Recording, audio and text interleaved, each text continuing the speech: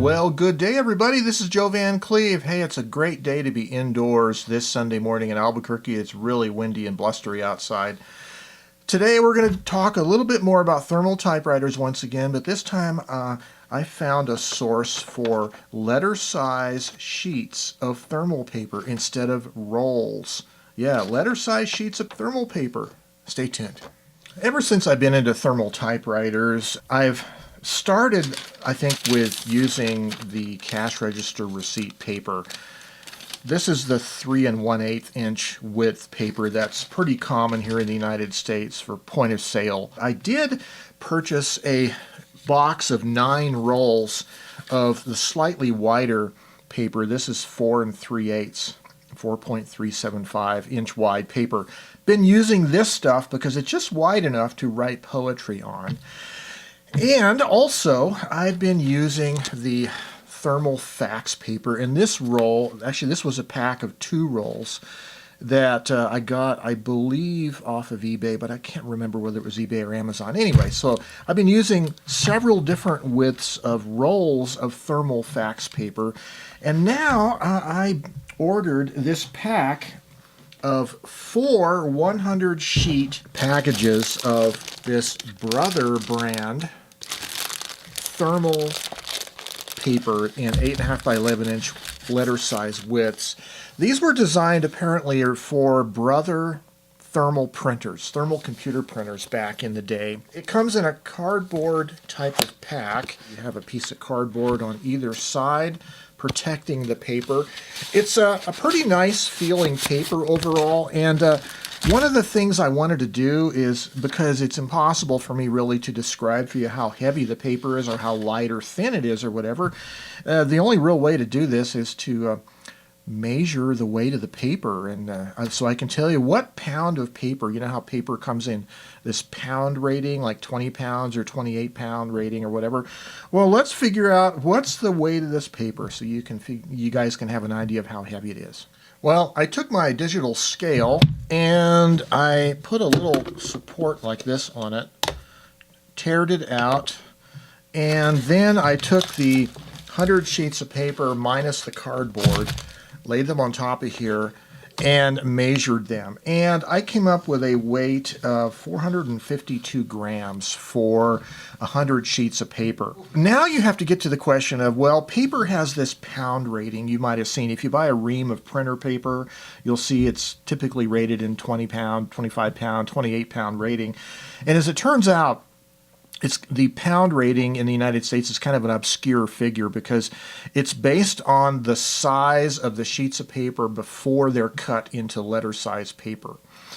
And so it's a little obscure because different formats of paper originate from different sizes of parent sheets of paper. So there's a little bit more accurate way to do it, and there is an alternative measurement system you'll find typically on most reams of paper. It not only lists the pound rating, but it lists grams per square meter.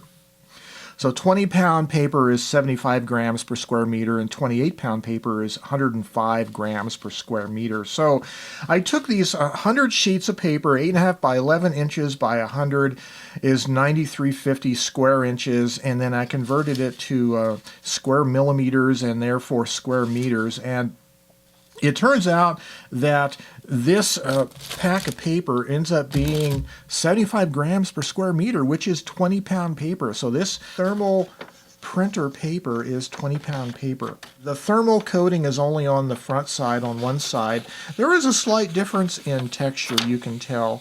The thermal coating is a little bit smoother than the backside coating. One thing I did notice, however, is interesting, is compared to the rolls of 8.5 inch wide thermal paper, for some reason this sheet paper doesn't mark up as easily. Like I always notice on the rolls of thermal paper, I'll have little marks caused by pressure from, the outside roll of paper touching something or whatever. It seems like this just doesn't mark up quite as easily. Now, I've only been printing with so far 1 sheet of paper, a test printing in this Canon TypeStar 4, but so far I'm pretty impressed with it. It has a nice dark imprint and everything. So since we already figured out what the weight rating, the pound weight rating is of this Brother letter size thermal paper, I thought it would be kind of fun to do the same thing for these 4 3/8 inch rolls of paper. Now, one advantage we have starting off is these 4 3/8 inch rolls don't have a core, so when we weigh them on our little scale here, and I have 3 fresh rolls unused, that it'll be an accurate weight for just the paper alone. We won't have to account for the weight of a core. So it's 1,020 grams for 3 rolls. And we want to start off with figuring out what the weight is in grams per square meter. So measuring the width of the paper in millimeters is 111 millimeters wide.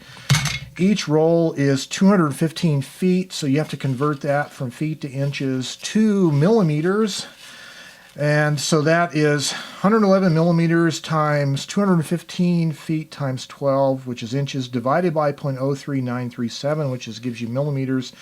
Then multiply that by 3, because we're using 3 rolls, 21.8 square meters. So 21.8 square meters for those 3 rolls. The 1,020 grams, that turns out to be 47 grams per square meter, which turns out to be about 12.5 pound paper compared to this sheet of thermal paper, which is 20-pound paper. Okay, let's figure out the economics of this thermal paper with these 3 formats of paper at the cost that I purchased them online.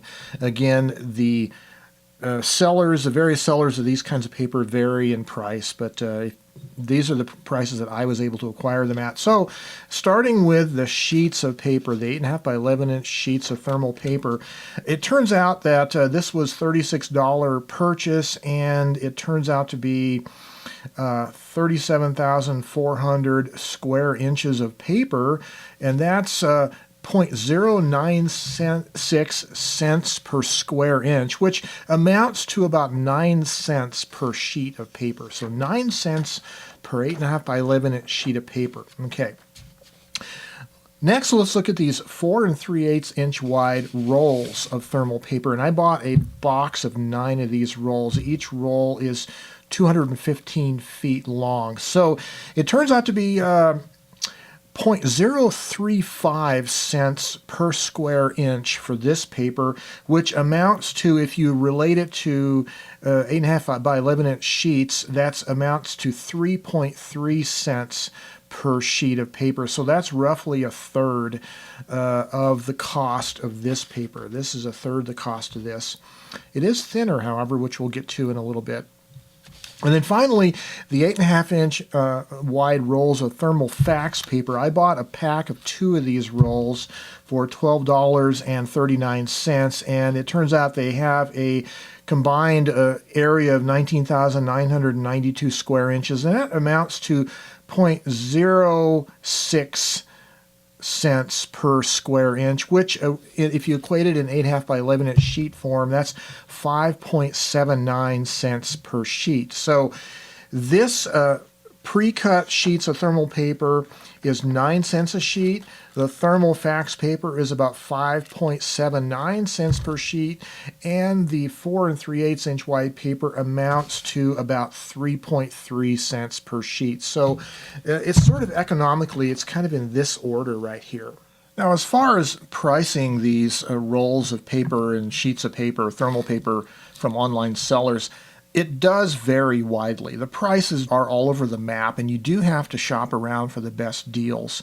I saw a lot of this thermal paper and letter size format a lot more expensive than what I paid for it. And so I grabbed onto this deal because it was a 4-pack of 100 sheets each at almost the same price as a single 100-sheet pack would have been from a lot of other sellers. So I get the sense, I'm not really sure, but I get the sense that maybe this thermal paper isn't being manufactured anymore. And so even though I like using it, I may have to be very thrifty with it if I don't want to use up my whole supply. But in the meantime, this 4 3/8 is available from online sellers for a lot cheaper unit cost.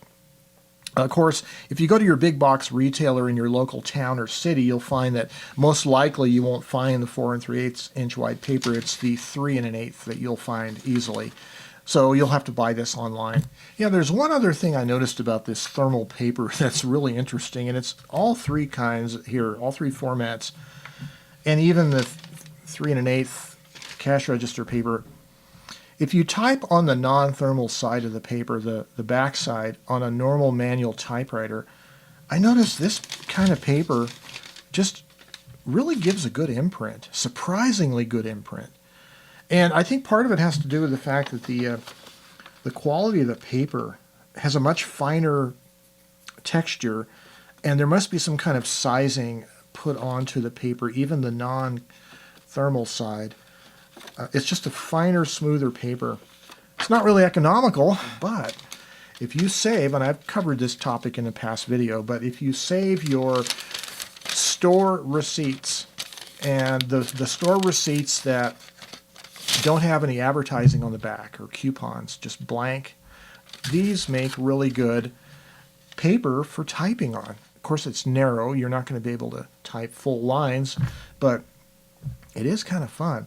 It's a good way to recycle the paper, get some more use out of it, but it has a pretty good imprint. And I've also talked about this in previous videos. This narrower kind of roll paper, either this or this, is really good for blogging, for typewriter blogging, typecast blogging, because you get that automatic narrow column of text that when you make it the right size on your blog, the letters and words are nice and big, and you can read them a lot easier on a mobile device like a cell phone. There's a little label on this Brother thermal fax paper roll, and it says model 6890, and it says black.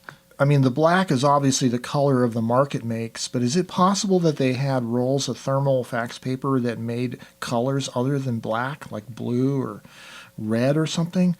Did you guys remember that from back in the fax days of the 1980s and 90s? Was there colored fax paper? When we're writing with typewriters, using typewriters, and it's just writing for ourselves. It's nothing that we're going to be giving to anybody or publishing or anything. How important is it to format your paragraphs? And I was thinking about this last night because I have a tendency sometimes when I'm doing these stream of consciousness test typings, I don't really indent the paragraphs. And oftentimes I'll just sit there and type one sentence after another, run all the sentences together in one massive big paragraph. But when you do that, it does make it a little bit more difficult to read afterwards.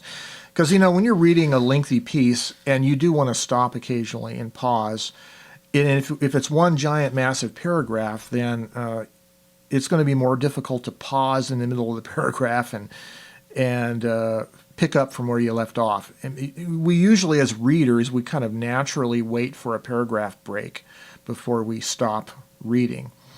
So it does make it a little bit more difficult to read when you have written something in just a massive one continuous paragraph. On the other hand, another model of writing that's kind of cool, and I've thought about this, is if you just make each sentence its own paragraph and don't indent them. You just write a sentence and then carriage return and write another sentence, and if the sentence goes on multiple lines, fine, and then continue the next sentence after that. I think that's a really neat way to write, and it makes it very readable, easy to read, because each sentence is its own thing, its own paragraph. And that's kind of the way I would recommend using this thinner paper, because you're going to find yourself when you're doing stream of consciousness writing with thinner paper, rolls of paper, you're going to be hitting the margin often pretty quickly. Just the lengths of normal kinds of words that we use in normal language, you'll find yourself having to hyphenate the words often or truncating them early or whatever. So there will be a lot of wasted space on the right margin, most likely. It depends upon how much thinking you want to do. If you want to do a lot of thinking about what you're writing just to manage the right margin, that makes it a little bit less usable. I prefer not to worry about the paper. That's the beauty of having an endless roll of paper, is not having to worry about the margin or the end of the paper. You just keep writing. And so if you get one of these like Canon TypeStar thermal typewriters where you can set up the right margin so that the hot zone, which is within 6 characters of the right margin, if you type a space or a hyphen in the hot zone, it'll automatically carriage return for you. And that's a real handy feature. So there you go, a little bit of how to manage the margins and manage how to write on thermal typewriters. Turns out, at least for the items that I bought from the online sellers, this 4 3/8 paper is much cheaper than the other formats. Just not quite as convenient, perhaps, as having sheets. Stay well, stay creative, and have yourselves a great day. Bye-bye for now.